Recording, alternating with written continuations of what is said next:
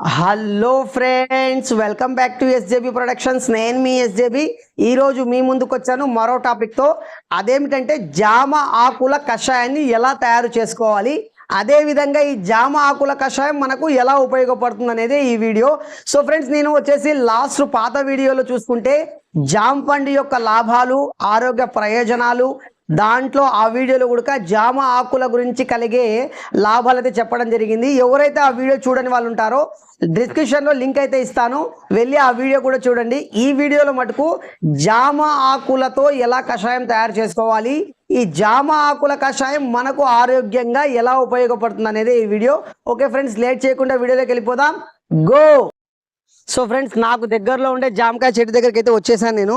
ఇది జామకాయ చెట్టు అనమాట, నాకు దగ్గరలో ఉండేది. దీనిలో నుంచి కొన్ని ఆకులు అయితే తీసుకోవడం జరుగుతూ ఉంది.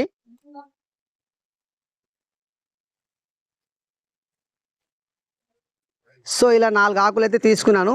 దీంతో మనము జామాకుల కషాయం అయితే చేద్దాము. ఇది చూడండి ఫ్రెండ్స్, చాలా లేతగా ఉన్నాయి ఆకులు అనమాట. అంటే చాలా లేతగా ఉన్నాయి ఆకులు.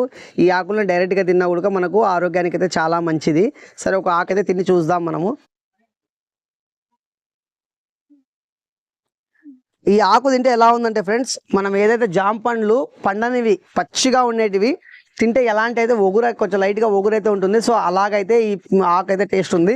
మీరు కూడా ట్రై చేయండి. మీ దగ్గరలో ఏదైనా ఉంటే జామ చెట్టు ఉంటే లేదా జామ ఆకులు అయితే తినండి, షుగర్కి చాలా మంచిది.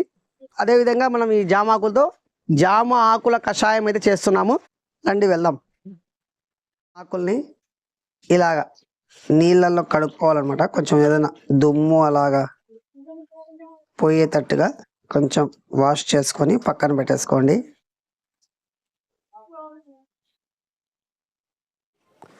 ఇలా పొయ్యి వెలిగించుకొని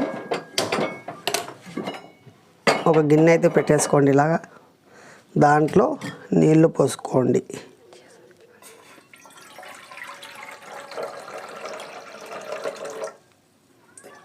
ఇలా నీళ్ళు అయితే పోసేసుకొని మనం ముందుగా శుభ్రం చేసి పెట్టుకున్న జామ ఆకుల్ని ఇందులోకి వేసేయడమే. ఆ తర్వాత దీన్ని ఒక 15 నిమిషాల నుంచి 15 నిమిషాలు మీడియం ఫ్లేమ్లో పెట్టి మరిగించేస్తాం. సో ఫ్రెండ్స్, లాస్ట్కి అయితే ఇలా ప్రిపేర్ అయ్యింది. లాస్ట్కి వచ్చేసరికి స్లో ఫ్లేమ్ మీద ఒక 10-15 నిమిషాలు ప్రిపేర్ చేసిన తర్వాత ఇలా వాటర్ అంతా కలర్ మారిపోయింది. అదే విధంగా చూసుకోవచ్చు, ఆకులు ఏవైతే ఉన్నాయో బాగా కలర్ అయితే చేంజ్ అయిపోయినాయి. ఇప్పుడు దీన్ని ఓడబోసుకొని ఒక గ్లాస్లో కానీ కప్పులో కానీ తీసుకుందాం. సో ఫ్రెండ్స్, ఇలాగ ఒక కప్ అయితే తీసుకున్నాను. అదేవిధంగా ఇప్పుడు మనం చేసిన ఈ జామ ఆకుల కషాయాన్ని ఓడబోయడానికి జల్లెడైతే తీసుకోవడం జరిగింది. సో స్లోగా ఈ వాటర్ మొత్తం ఇలా వేసేసామంటే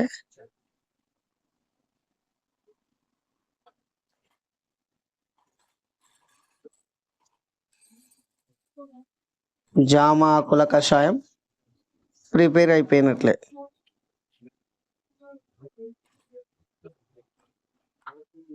సో ఇది ఫ్రెండ్స్, ఫైనల్గా జామ ఆకుల కషాయం ఇలా ఉంటుంది. చూడడానికి చూసుకోవచ్చు, కాఫీ లాగానే కషాయం లాగా కలర్ అయితే కొంచెం బ్రౌన్. జామ ఆకుల నుండి, బెరడు నుండి తయారు చేసిన పదార్థాలను క్యాన్సర్ మరియు బ్యాక్టీరియా ద్వారా వచ్చే అంటువ్యాధులకు, వాపులకు, నొప్పులకు నివారణలో వాడుతున్నారు. కొన్ని రకాల వ్యాధుల బారిన పడి ఆకలి మందగించిన వారికి ఈ జామ ఆకులు ఆకలిని పుట్టించగలవు. జామ ఆకుల్లో కెరటోనైడ్స్ మరియు పాలిఫెనైల్స్, ఇంకా గ్యాలోకాటిచిన్, లూకోసైనిడిన్ వంటివి ఉంటాయి. తరచూ జామ ఆకులను నమ్మడం వల్ల నోట్లో పుండ్లు, గుల్లలు, చుగుళ్ళ వాపులు వంటి సమస్యలు తగ్గుతాయి. ఈ కషాయం చెడు కొలెస్ట్రాల్ను తగ్గించి మన బాడీ పార్ట్స్కి రక్తం బాగా సరఫరా అయ్యేటట్టుగా చేస్తుంది. తద్వారా గుండె సంబంధిత వ్యాధులు వచ్చే అవకాశం చాలా తక్కువ. ఇంకా ఈ కషాయం రోజు తీసుకుంటే బ్లడ్లో షుగర్ లెవెల్స్ను కంట్రోల్ చేస్తుంది. జామ ఆకులు మెత్తగా దంచి ఫేస్ ప్యాక్లా కూడా వేసుకోవచ్చు. అలా వేసుకుంటే మన ఫేసు కోమలంగా తయారవుతుంది. జామ ఆకుల కషాయం రోగ నిరోధక శక్తిని పెంచుతుంది. జామ ఆకుల కషాయాన్ని షాంపూలాగా కూడా వాడుకోవచ్చు. తలస్నానానికి అరగంట ముందు ఈ కషాయాన్ని తలకు రుద్దుకొని కాసేపు ఉన్నాక స్నానం చేస్తే సరి. కేశ సంరక్షణకు మనకు ఎంతగానో సహాయపడుతుంది. చూశారు కదా ఫ్రెండ్స్, ఇది వీడియో జామ ఆకుల కషాయం ఎలా తయారు చేసుకోవాలి, అదేవిధంగా ఈ జామ ఆకుల కషాయం మనకు ఆరోగ్యపరంగా ఎన్ని విధాలుగా ఉపయోగపడుతుంది అనేది ఇది వీడియో. సో మీరు ఏదైనా పండుగ గురించి తెలుసుకోవాలనుకుంటే కమెంట్లో మీ పేరు మీ ఊరు పేరు అయితే రాయండి. నెక్స్ట్ ఎపిసోడ్లో నేను ఆ పండుగ గురించి వీడియో చేయడం అయితే జరుగుతుంది. ఓకే ఫ్రెండ్స్, నెక్స్ట్ ఎపిసోడ్లో మళ్ళీ కలుద్దాం. Until then bye.